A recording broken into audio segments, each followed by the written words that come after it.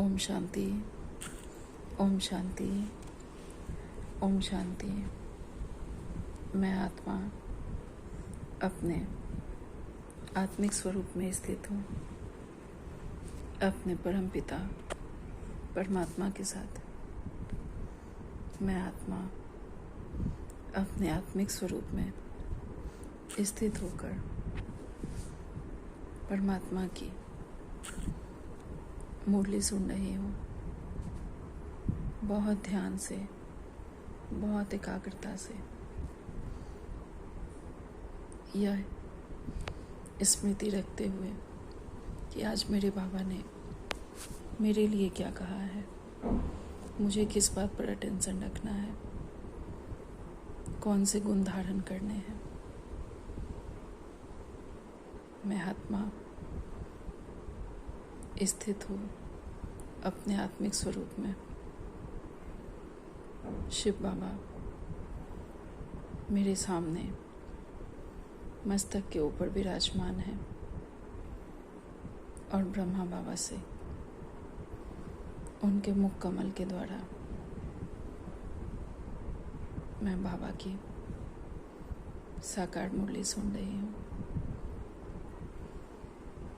ओम शांति, ओम शांति, ओम शांति। आज 20 मई 2024 की बाबा की साकार वाणी है।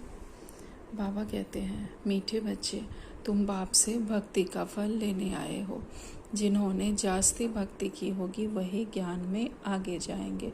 बाबा कहते हैं, हम सब बाबा के बच्चे भक्ति का फल लेने के लिए बाबा के पास आए हैं। हम सभी बाबा के बच्चों ने बहुत भक्ति की है और वही भक्ति का फल हमें यहाँ ज्ञान के द्वारा मिल रहा है कि हमें परमात्मा ने अपने गले लगाया है। ओम शांति। आज का प्रश्न है, कलयुगी रजाई में किन दो चीज़ों की ज़रूरत रहती है जो सतयुगी रजाई में नहीं होगी। कलयुगी रजाई में किन दो चीज़ों की ज़रूरत रहती है जो सतयुगी रजाई में हमें ज़रूरत नहीं पड़ेगी। उत्तर है, कलयुगी रजाई में वज़ीर और गुरु की ज़रूरत पड़ती है। सतयुग में यह दोनों नहीं होंगे। वहाँ किसी की राय लेने की दरकार नहीं, क्योंकि सतयुगी रजाई संगम पर बाप की श्रीमत से स्थापन होती है। ऐसी श्रीमत मिलती है जो 21 पीढ़ी तक चलती है और सब सदगति में है, इसलिए गुरु की भी दरकार नहीं। बाबा कहते हैं कि कलयुगी रजाई में मंत्री की, गुरु की ज़रूरत होती है, लेकिन सतयुगी रजाई में नहीं ज़रूरत पड़ेगी, क्योंकि ऑलरेडी हमें बाबा की श्रीमत से वो राज्य की स्थापना होती है और ऑलरेडी हमारे में वो ज्ञान फीड होता ही है। जब हम देवता बनते हैं तो बाबा हमें संपूर्ण पवित्र बनाकर संपूर्ण ज्ञान से भरपूर करके हमें सतयुग में भेजते हैं, जो ज्ञान हमारा 21 पीढ़ी तक चलता है। इसमें किसी गुरु की ना किसी मंत्री की दरकार है।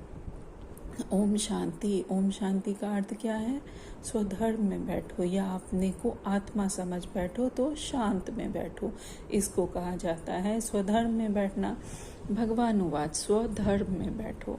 अभी तुम्हें बेहद का बाप बेहद की पढ़ाई पढ़ाते हैं, क्योंकि बाप बेहद का सुख देने वाला है। बेहद से सुख मिलता है, पढ़ाई से सुख मिलता है ना। अब बाप कहते हैं, अपने को आत्मा समझ बैठो। बेहद का बाप आया है तुमको हीरे जैसा बनाने। हीरे जैसे देवी देवता भी होते हैं। वह कब बनते हैं? इतने ऊंच पुरुषोत्तम कैसे बने, यह कोई भी बता नहीं सके सिवाय बाप के। प्रजापिता ब्रह्मा के बच्चे, तुम ब्राह्मण ठहरे, फिर तुमको देवता बनना है। ब्राह्मणों की होती है चोटी, तुम शूद्र से ब्राह्मण बने हो। तुम प्रजापिता ब्रह्मा के मुख वंशावली हो, कुक वंशावली नहीं। बाबा ने हमें अपने मुख द्वारा अडॉप्ट किया है, हम कुक वंशावली नहीं है। कलयुगी सब है कुक वंशावली। हम लोग माँ के कोख से निकलते हैं कलयुग में, तो हम लोग हैं लौकिक में कुक वंशावली, और यहाँ है ब्राह्मण बने हैं मुख वंशावली। साधु संत ऋषि मुनि आदि सब द्वापर से लेकर कुक वंशावली बने हैं। अभी सिर्फ तुम प्रजापति ब्रह्मा कुमार कुमारियाँ ही मुख वंशावली बने हो। यह तुम्हारा है सर्वोत्तम कुल, देवताओं से भी उत्तम, क्योंकि तुमको पढ़ाने वाला, मनुष्य से देवता बनाने वाला बाप आया है। बच्चों को बैठ समझाते हैं, क्योंकि भक्ति मार्ग वाले यहाँ आते ही नहीं हैं। यहाँ आते हैं ज्ञान मार्ग वाले। जब हमारी भक्ति पूरी होती है, हम बहुत अच्छी भक्ति करते हैं, उसके बाद यहाँ ज्ञान मार्ग में आते हैं। तुम आते हो बेहद के बाप से भक्ति का फल लेने। अब भक्ति का फल कौन लेंगे? जिसने सबसे जास्ती भक्ति की होगी, अर्थात जिसने सबसे ज़्यादा भक्ति की होगी, वही भक्त बच्चे हम हैं। वही पत्थर से पारस बुद्धि बनते हैं, वही आकर ज्ञान लेंगे, क्योंकि भक्ति का फल भगवान को ही आकर देना है। यह अच्छी रीति समझने की बातें हैं। जो हमने भक्ति की है उसका फल भगवान स्वयं आकर हमें दे रहे हैं। यह हमें अच्छी तरह समझनी है। यह सब समझने की बातें हैं। अभी तुम कलयुगी से सतयुगी, विकारी से निर्विकारी बनते हो अथवा पुरुषोत्तम बनते हो। तुम आए हो ऐसा लक्ष्मी नारायण जैसा बनने के लिए। यह भगवान भगवती हैं, तो जरूर इन्हों को भगवान ही पढ़ाएंगे। हम भगवान भगवती बनेंगे तो हमें भगवान ही पढ़ा रहे हैं। भगवान उवाच, परंतु भगवान किसको कहा जाता है? भगवान तो एक होता है। भगवान कोई सैकड़ों हजारों नहीं होते हैं, मिट्टी पत्थर में नहीं होते हैं। बाप को न जानने के कारण भारत कितना कंगाल बन पड़ा है, सब बच्चे जानते हैं। भारत में इनकी लक्ष्मी नारायण की राजधानी थी। इन्हों के बाल बच्चे आदि जो भी थे राजधानी के मालिक थे। तुम यहाँ आए ही हो राजधानी के मालिक बनने के लिए। यह अभी तो नहीं है, यह अभी तो नहीं है ना। भारत में इन्हों का राज्य था। बच्चों को समझाया जाता है, जब इन देवी देवताओं की राजधानी थी, सूर्यवंशी और चंद्रवंशी थे, तब और कोई धर्म नहीं था। इस समय फिर सब धर्म है।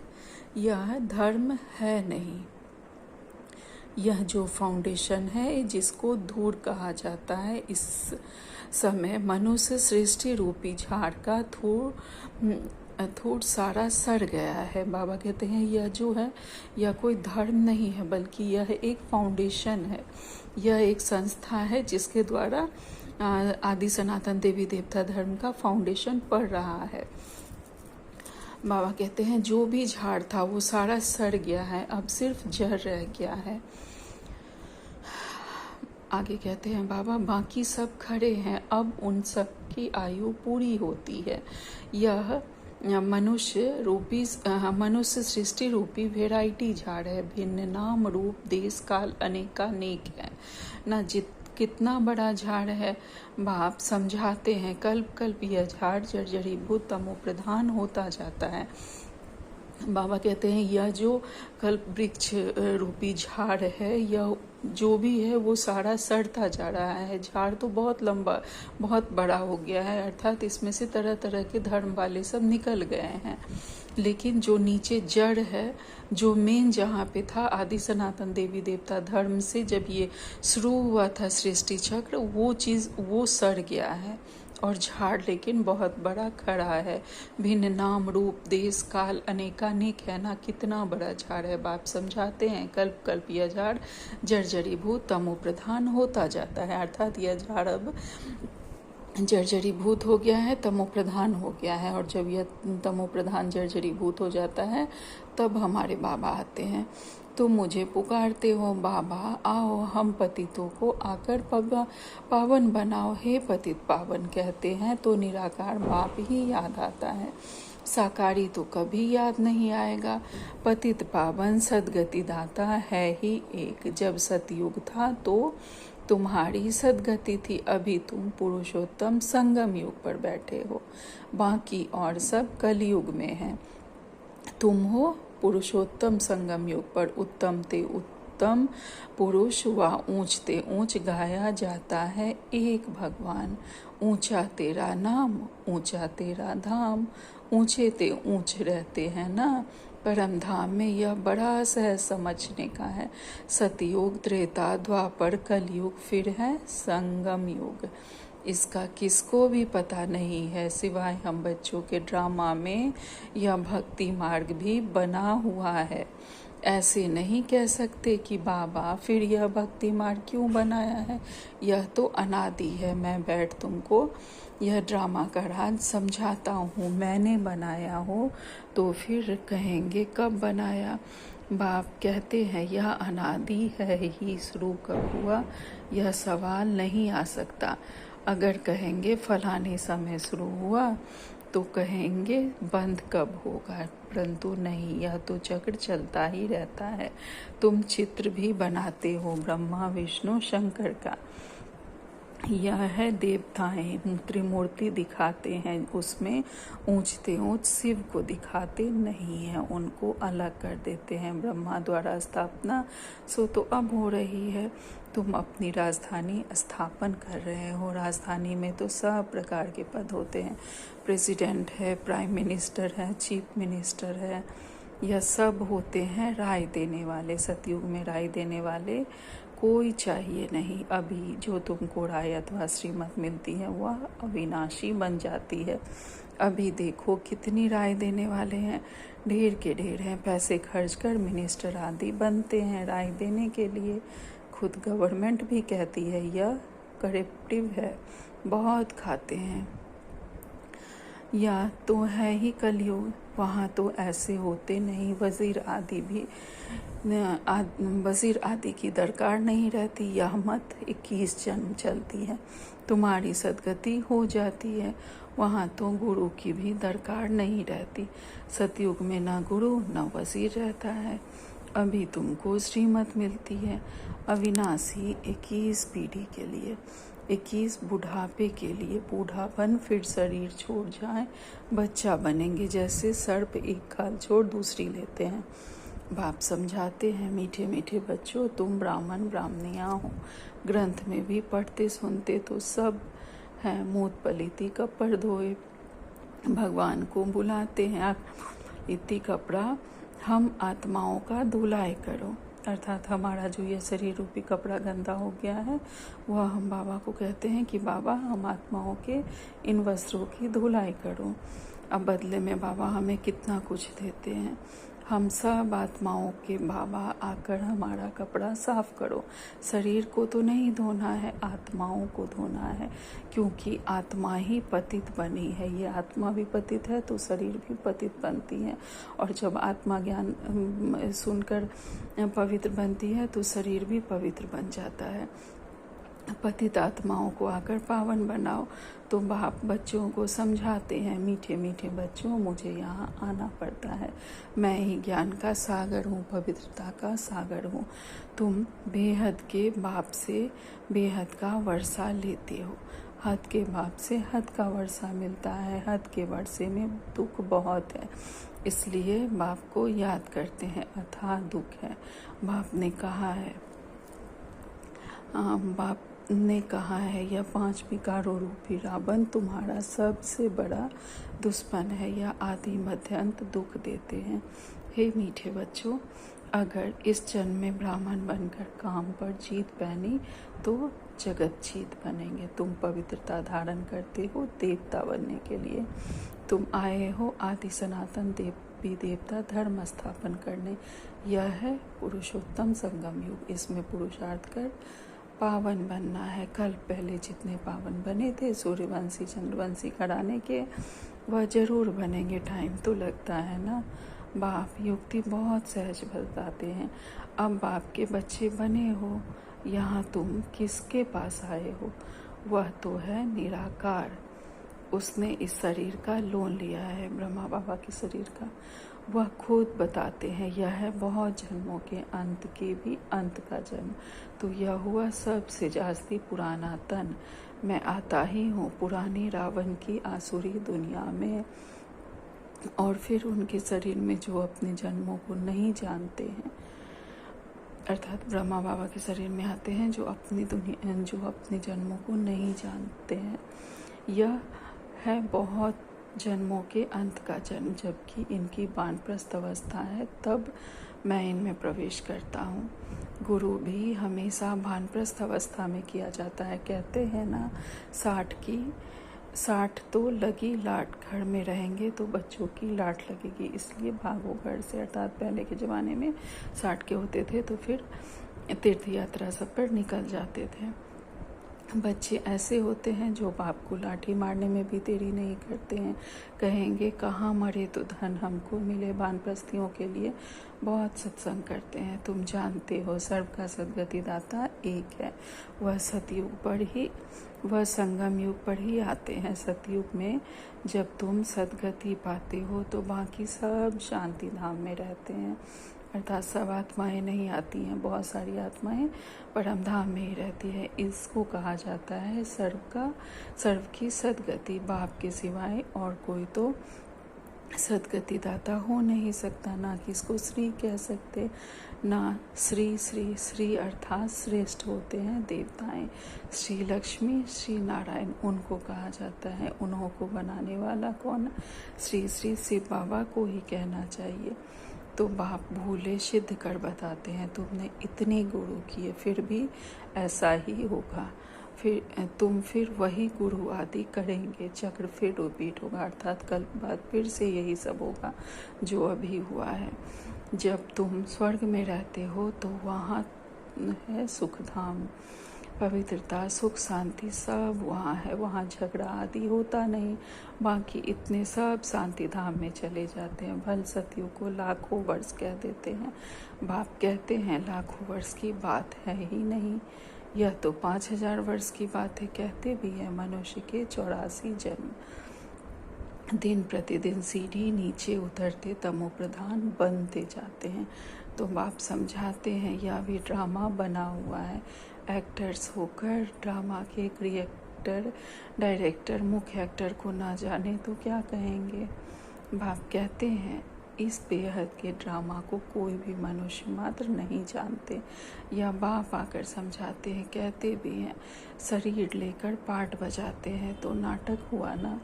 नाटक के मुख्य एक्टर्स कौन है कोई बता नहीं सकेंगे। अभी तुम बच्चे जानते हो यह बेहद का ड्रामा कैसे जो मिसल चलता है, टिक टिक होती रहती है। मुख्य है ऊंचते ऊंच बाबा जो आकर समझाते भी हैं और सर्व की सद्गति भी करते हैं। सतयुग में दूसरे कोई होते नहीं, बहुत थोड़े हैं। वह थोड़े जो होंगे उन्होंने सबसे जास्ती की होगी। तुम्हारे पास प्रदर्शनी व म्यूज़ियम में आएंगे वह जिन्होंने बहुत भक्ति की है, अर्थात सतयुग में वही सब जाएंगे जिन्होंने अभी कलयुग में द्वापर से अभी तक बहुत भक्ति की है।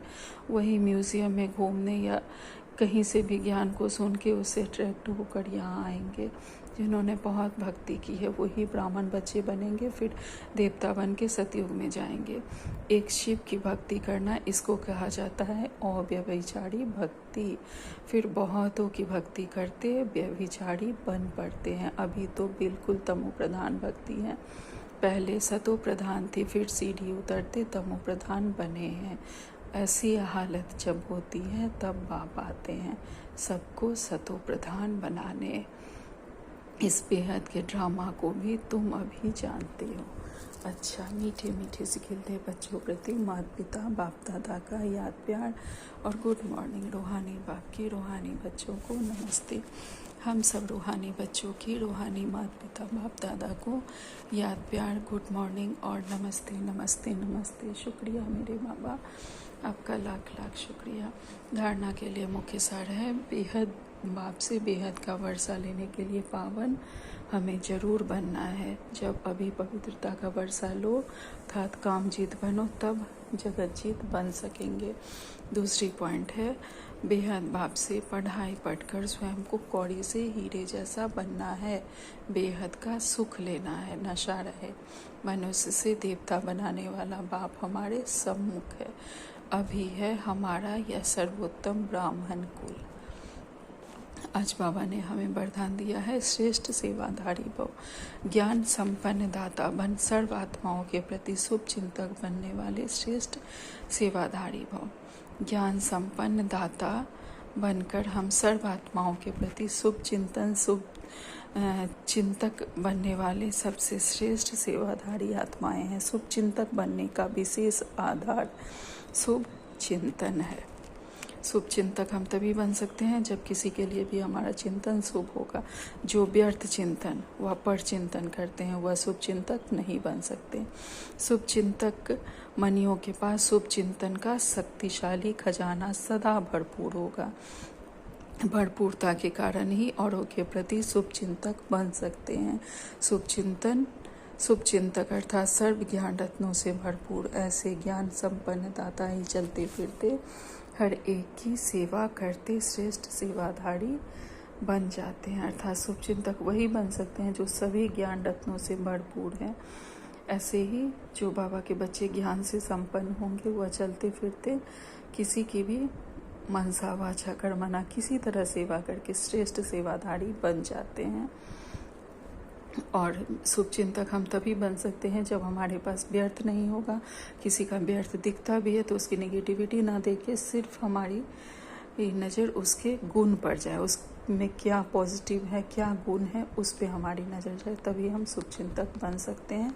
और शुभ चिंतक बन तो हमें विश्व कल्याण के निमित्त बनना है, अर्थात जिसकी हम जिस तरह से सेवा कर सकते हैं मनसा वाचा कर्मणा उस तरह सेवा करके उसके बाद हमें विश्व कल्याणकारी बनना है, सबके लिए शुभ चिंतन करना है और शुभ चिंतक बनना है। आज का व्यक्ति साढ़े हैं 20 तारीख का। कितनी भी परिस्थितियां आवे दुख की अविद्या करने वाले हो, अपने सुख के सागर से प्राप्त हुए अधिकार द्वारा दुख की परिस्थिति में भी वाह मीठा ड्रामा, अर्थात किसी भी दुख में हम दुखी नहीं हो, हमें क्या बाबा से प्राप्ति हुई है उसमें सदा हम खुशी के झूले में झूलते रहें। वह हर एक पाठधारी का पाठ, हर बात में हर परिस्थिति में हमारे मुंह से वाह ही निकले। इस नॉलेज की रोशनी द्वारा अधिकार की खुशी द्वारा दुख को सुख में परिवर्तन कर दो। अधिकार से दुख के अंधकार को परिवर्तन कर मास्टर सुखदाता बन स्वयं खुशी के झूले में झूलते और औरों को भी सुख के वाइब्रेशन देने के निमित्त हमें बनना है। चाहे कैसी भी दुख आए, कैसा भी परिस्थिति आए, हमें दुखी नहीं होना है, परेशान नहीं होना है। सदा खुशी के झूले में हमें झूलते रहना है और सदा वाह बाबा हुआ, वाह ड्रामा हुआ, वाह हर एक पाठधारी हमें ध्यान रखना है। अच्छा, ओम शांति, ओम शांति, ओम शांति। शुक्रिया बाबा, आपका लाख लाख शुक्रिया। ओम शांति।